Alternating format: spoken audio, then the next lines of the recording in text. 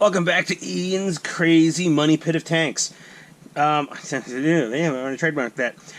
Okay, so I shut off a really kind of angry little, not angry, but like I'm disappointed. Your wife's like yelling at you. You're like, why are you so mad at me? I'm not mad, honey. I'm disappointed. Hoping that would have the same psychological, passive-aggressive results as, yeah, basically. They replied back, they said, yeah, we know we don't include screws. We're sorry if you weren't happy about the machining. We'll try to improve. You should have seen our website. I went to their supposed website. It's on, like, Taobao or something, and nothing's in English anyway, and there's no such... I don't see anything about links to instructions, so... I mean, overall, their products are really nice, but... yeah. So, either way, I got those little taillight lenses painted in the whole super close-up. Sorry. It's... whatever. Yeah, they're red. Trying to fit them into the holes back there was nigh impossible. So I had to clearance the holes just a little bit, little drill bit, wiggle action. Didn't have a small enough sanding or grinding drum for my Dremel to fit in there.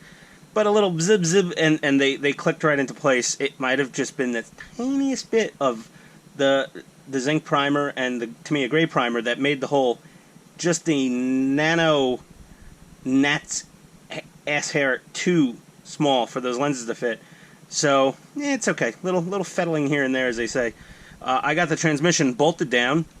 I used my cap head screws that I got at Granger, which are actually a little shorter than the Tamiya self-tappers, and even then I had to put washers under them because they bottomed out in the holes before they could fully engage. So, but she's down there solidly. I got the final drive, output shafts, and braces all in place. Everything works. We've hand cranked that, and it turns the drive motor, so we know that works. And if we wrote these, I don't know. This, I'm sure that's fine. We did drill and tap out this hole after all the epoxy set, and I managed to get a machine screw with a couple of washers under it to more firmly hold this down. It's still, I mean, it's not a perfect solution by any means, but I mean, it's in the belly of the beast. It's going to be all tucked away in there, and it's solid. That's all that matters. We're going to have a functional working tank. All the other ones are fine. You know, no play, no wiggle. They're all tightened down properly. So we're good to go. Next steps will to be they want us to glue a bunch of plastic bits on the back of it. Some of these I have coming in nickel, silver, cast, whatever it is, from Schumo-kits or Ito Armor, but they're Schumo parts from one of those two websites. Those are coming in the next couple days. This little convoy marker thing, that has a clear part in it, and then the plastic backing plate and a piece of photo etch that you bend around and glue together. I'm going to do that last. That's not something we have to do right now. That's an external accessory. As far as putting the light bulb in the back, I could do that. That's fine, and I could put that in this hole right here, and then I could put a little bit of masking tape in that hole to keep that from getting painted to protect the LED bulb. That's not a problem. So now we're off to the races here, and we're gonna do, yeah, cool, final drive sprockets. All right. Nice. So we're going to get those final drive sprockets installed on the output shafts and the track inducers, I think they call them. It looks like sort of just basically something for the center pin, the guide horns in the middle of the tracks to really ride through. I don't know why you'd need those in metal exactly. I don't know. Maybe, I'm not sure. But I'm just using the stock plastic Tamiya ones. And then they have you putting the tracks on. And sure, you know, we'll amuse everyone. We'll put the tracks on, but we're going to take them off anyway before we paint this thing. So I'll need to have the upper hull not fully attached. Anyway, so and then there's a confusing part in the instructions here. Well, I'll show you that when I get to that. If at some point during this recording the lighting changes to something considerably better, that means my Amazon special YouTube filming light kit for less than $50 showed up. And if not, it'll be in the next episode, and we'll have good lighting where everybody could see everything really clearly. You know, it's a decent camera we got here. My brother bought me this nice little Hero 5 black GoPro a couple years ago. But yeah, the lighting still is just subpar. So I'm up in my game for you guys. Want the best quality possible. Oh yeah, this stuff, this JB Minute Weld. I love this stuff. This is great. I'm gonna use this for everything. It dries clear, so I used it for the tail lamp lenses. And Tamiya says to use it like super glue. BS. No, don't use super glue anywhere near any sort of light lens whatsoever. It just fogs them up, no matter what. It has a magical ability to just always fog them up, even if they're not in an enclosed area. So I highly recommend this Minute Weld. If you apply it with one of those little pointy Tamiya Q-tips, you can get pretty fine results. You can put it down fairly strategically. And yeah, it's good stuff. So off to the races we go. Let's go get some some sprockets on here. BRB. Well, would you look at that? We've got, check out, we got cool. I've got my umbrellas up. We've got our lighting. Thank you, UPS, for doing your jobs. Thank God it wasn't USPS delivering these things, or they would have ended up at the wrong address probably, or just never delivered. So I put one side of the tracks on here. We have the rear sprockets on. We have the front idlers on with the Schumo-kits brass idler arms. They're super beefy, just like the stock kit. To get the little star-shaped guy in there, you do have to file away a bit on the openings on the chassis. Even Schumo-kit says you have to file away a little bit on the plastic chassis. So that just goes to show how exact they copied the Tamiya chassis. Even the fact you have to file it a tick to get the little star-shaped doodads in those holes. Now, the interface between the Schumo idler arm and the machined aluminum idler wheel from kingkong-rc was pretty damn perfect. I did have to sand down the outside of the Schumo idler arm a little bit, because when I fully tightened down the screw to hold the idler axle on, it was binding.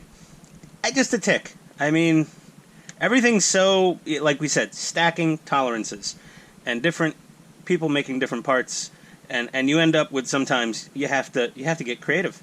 But yeah, the track's beautiful as usual. You know, Tamiya resin tracks with rubber pads. You know, all pinned beautifully and just nice. I just like their tracks. Like I said, unless there's a reason to replace them, I don't replace them. You know, and they do. You know, they sag well when they need to. It's nice where it's standard tension here, and we have no rubber tires on right now. Anything, so it's going to be a little loosey-goosey. So that being said, let's see. Oh, look, even our manual, I think, looks a little better with the new lighting in place. So at this point, we're going to put the speaker box in. Now, if I can get to the speaker box part of things here, let me just, go grab that thing real quick. Speaker box. There we are. Okay. Alright. So we're going to put all this wiring through the speaker box. I'm going to screw the speaker in. This has a single 4-ohm, 5-watt speaker. I think, if I remember correctly, the Abrams and the Type 10 had dual 8-ohm, 4-watt speakers. I don't know why they needed to be in stereo, or if they even were. But either way, the single speakers are always plenty loud from Tamiya. They're always good quality. That is really a stainless steel countertop. Magnet does not want to stick to it at all. Yep. So we got to put wiring through, and then it says install the speaker, put the wire through, put this other wire through, screw the box shut, and then put it in the chassis tub. Okay. So let's say we did that. Yeah, I didn't see an addendum. If I missed it, let me check the folder. Let me check the folder, because I'll get flamed to no end if I missed any addendums. Is there even a little addendum? Otherwise, there are no other addendums in my instruction packet, and I have a fairly recent production kit going on here, at least as recent as you could expect. So you'd bolt this together, and then you bolt it down into the chassis tub, and I'm just going to snap this plastic sprue off for now. deep 6U, and the base reflex tube goes forward, and I guess we get these motor wires out of the way, and we put her down in there somewhere. How do you screw it down? Well, guess what? The screw holes are inside of the speaker box, so you can't screw it down, even if you wanted to, because the that's there. That's, oh, huh. Looks like my boogered up repair job is a little in the way. Nah, it doesn't want to. Is it catching? My head hit the camera. I'm sorry about that.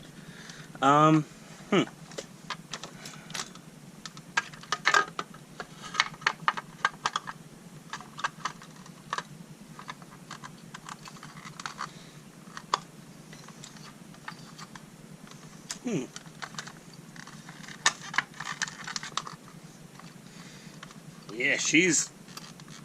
There we go. No, she'll fit. She'll fit. She's tight, but she'll fit.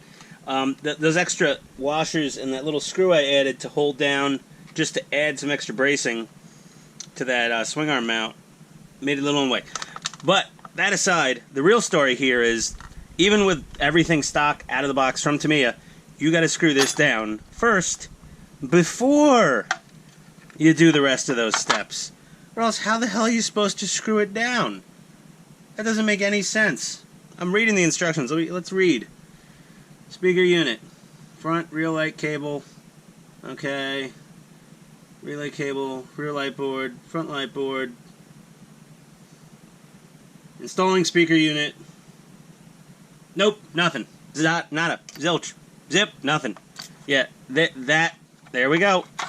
It's not like I enjoy catching Tamiya when they booger up a little on the instructions.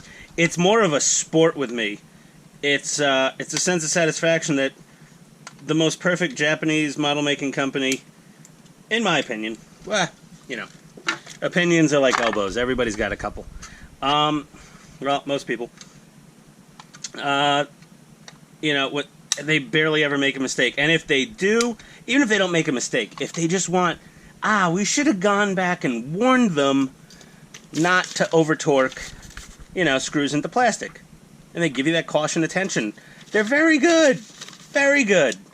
And then they miss something like this. I mean, glaringly obvious. Like, whoever's built this kit, chime in and be like, yeah, I figured that out too. It was kind of silly. Yeah, no poop. No dir. That is a bit silly. So we're gonna go ahead and secure this guy down by whatever means necessary to this kingkong-rc chassis. By whatever means, I mean, you know, it's gonna be a bunch of M3 screws, obviously. I'm gonna find the shortest ones I can, because these threads, like I said, they're not all consistent the same depth. So I'm gonna find some 6mm, 8mm, something fairly short. I'll get this boogered down, I'll get the speaker built, get all the wiring in place, and I will be back with more of my BS. Alright, I hope you enjoy the new lighting, guys. I did this for you. Later. Holy crap, it was like these parts were destined to go together. I'm much happier now, guys. You know, I've got 99% everything I'm going to need to screw in to this lower chassis tub done. This guy, I needed some 6mm, some 8mm to get the bottom to screw. It's kind of all over the place with the threading on those screws. They really sucked. But either way, that's done. This tank was destined to always have a Speed 2 motor in it.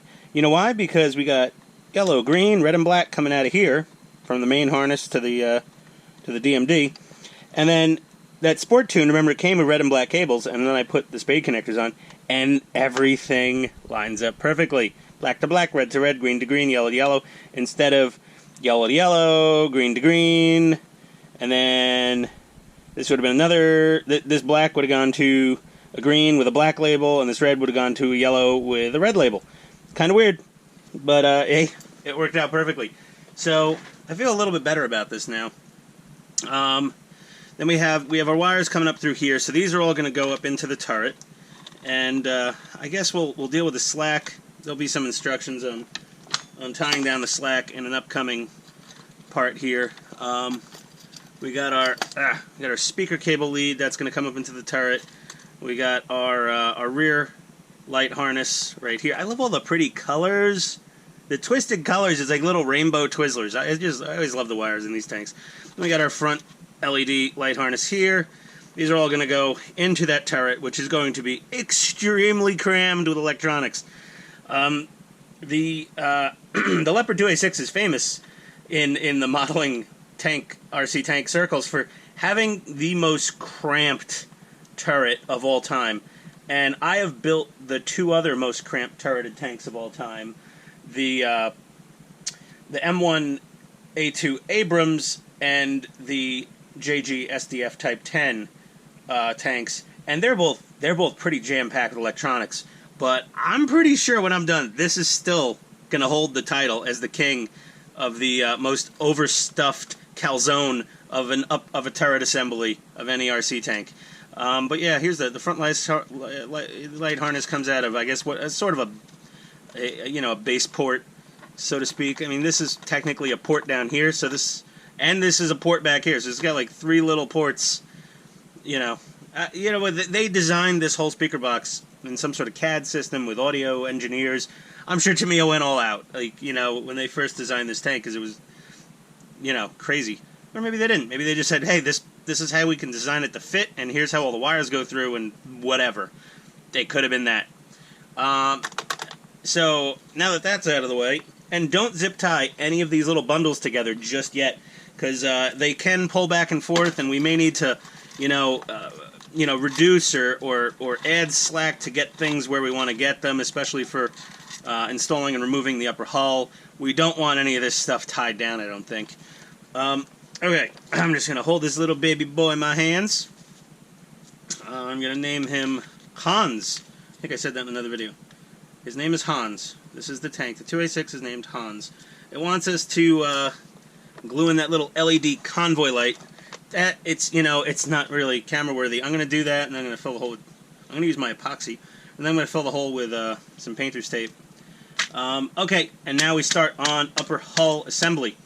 And tons of fiber optic lights. And people have been telling me, don't do this.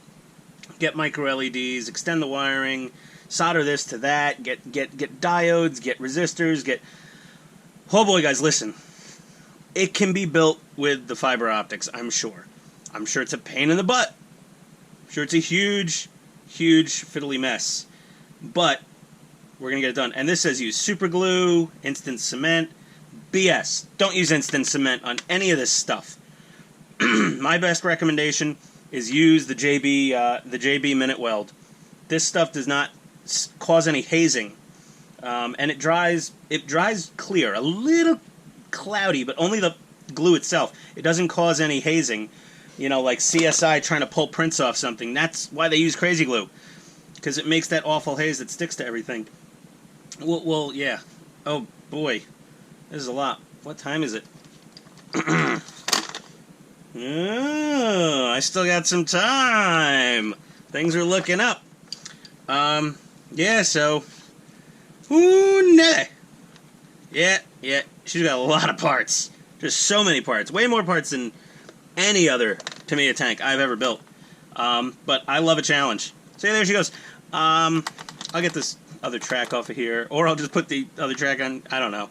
Well, should I have just painted this lower hull separately before I start? Nah, let's give ourselves a challenge. I'm gonna build the whole damn thing, and then we'll paint her. That's how we're gonna roll on this girl. We'll make it work. So yeah, I'll get the convoy light epoxied in there, and then I'm gonna pick back up, starting on the upper hull. All right. Be back.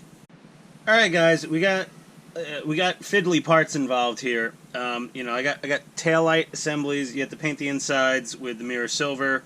Same thing for the headlight assemblies. Our fiber optics are in on the front of the hull right here, with our little corner marker lights down in their holes and bolted down. So now we got to start painting taillights in advance. So I got some X27 clear red in the airbrush, and I like to airbrush these if at all possible, whenever I can. And then I do a light coat, and then without painting, we just dry them off as quick as we can, and then add a little extra paint.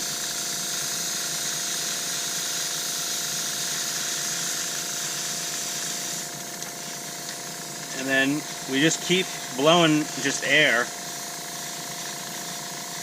And I've masked off the edge, the ends that should be orange. So I'll just hand paint that little bit on. I just like to airbrush the lenses if at all possible when they need it. It just comes out looking better, in my experience. I don't like brush strokes. Hand strokes, different. Brush strokes, bad.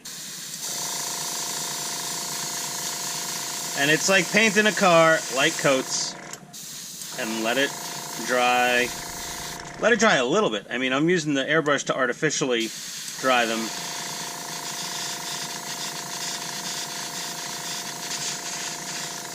This is just so I could get enough coats of red on there so they look good.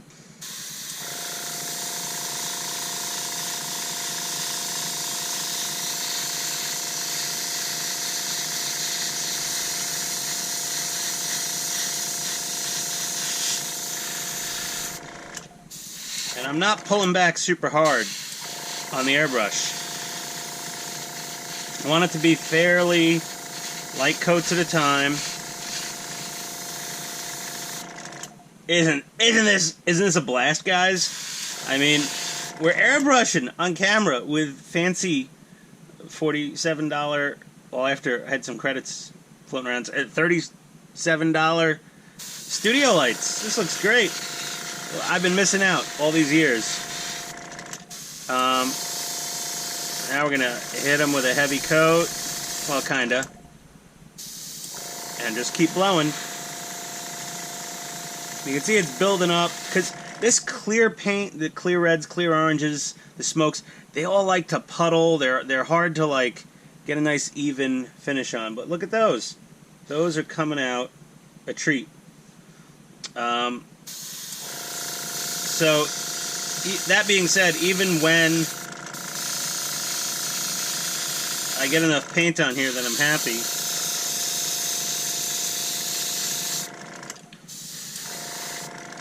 these still have to dry. And they have to dry for a long damn time. Now that I'm happy with. Let me hang up the airbrush here, because then I have to clean the airbrush. So there we go. So those are looking good. And once these are dry, I'm going to unmask. And I love leaving them on the sprues. Leave them on the sprues. Makes it so much easier to paint them if you don't already know that.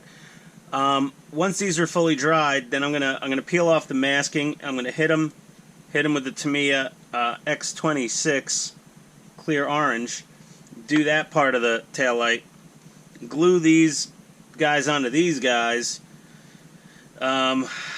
You know, once these are dry, I may hit these with another coat of X11 mirror silver, chrome silver. Sorry, they might need a little more. But yeah, that's basically. I gotta take a break at this point. I'm forced to, by the paint gods. So I'm gonna put this aside to dry, out of the way, and yeah. So that's it. That's it for this part. I mean, the upper hull, we got this weird chassis doohickey thing on there. This is probably what you bolt the lower, upper, and lower together with. And we got the rear panel on there. These things, this is so big, it's like hard to film. Yeah. And the little front clear parts go right into those housings. So, again, I also got one of the Periscope windows in. Oh shit! Should I have painted that first from behind? You know what? It's all right. We can do some tint work. They didn't want us to paint anything, so I may just leave it that way, or I may hit it with some of this stuff I used on the Abrams that I got from Special Ops models. Some of this tactical, it's a special anti-glare, color shifty cool coating that they use on the Abrams. I may put some of that on this little guy. That may look really cool too. Make it look extra hip and modern. But yeah, there we go. What's the sprue date on this? Upper 2004? 2004, another 3 years. This thing can vote and go into the military. Wow. Yeah. This, like I said, this is kind of an old kit. So we're gonna leave this bad boy right there. I'll throw a little more X11 in here, and then I'm off to the races. It's officially, it's puppy time. He's gonna need his dinner pretty soon, and Daddy's gonna need a beer. Either way, happy Friday. Enjoy yourselves responsibly. Of course, enjoy responsibly. But either way, I don't know if this weekend's family time. We're gonna go to the old people village up near the lake, and not go in the lake because they have a pool at the old people village, and we go swim there. It really improves my self-esteem sharing a pool with a bunch of out of shape, elderly, overweight people. Unfortunately, my in-laws, they're in better shape. I mean, my father-in-law is in way better shape than I am. Holy crap! This guy looks like Schwarzenegger from the '80s compared to me. He's gonna annoy his wife forever. So either way, that's my little tidbit of personal fun. Oh god, I gotta clean that clear red out of my airbrush now. I just realized, Ian, don't leave paint your airbrush overnight again. We learned our lesson the hard way once already. So yeah, that's it. Unless you want an airbrush cleaning tutorial, oh god, no, you wouldn't want me to do that. Yeah, you'd rather watch that from anybody but me. Either way, this is my cheap master airbrush from Amazon. I use this for carpet bombing. I use this for non-ultrafine detail work. I use it for base coats and primer coats and shadow highlight coat type work. I don't use it for things like camouflage or really fine fill-in work and where I have to really have control. That I use the Tamiya spray work with the .02 or 0.2 millimeter nozzle. This sucker is the sniper rifle of airbrushes as far as I'm concerned. But that's that. Hey, enjoy your Friday, enjoy your Saturday. I might be back with another video Sunday, so you might not enjoy your whole Sunday once you see what I do to this thing. But yeah, it's really mundane fiber optics and light units and stuff. Everyone's least favorite part of building the 2A6. I'll try to make it entertaining and engaging. That's what we say, engaging. Engage the audience. Engage. My audience wants to engage me in verbal combat after they watch some of these things. Either way, Ian, shutting the hell up, finally, signing off. Have a good one, guys.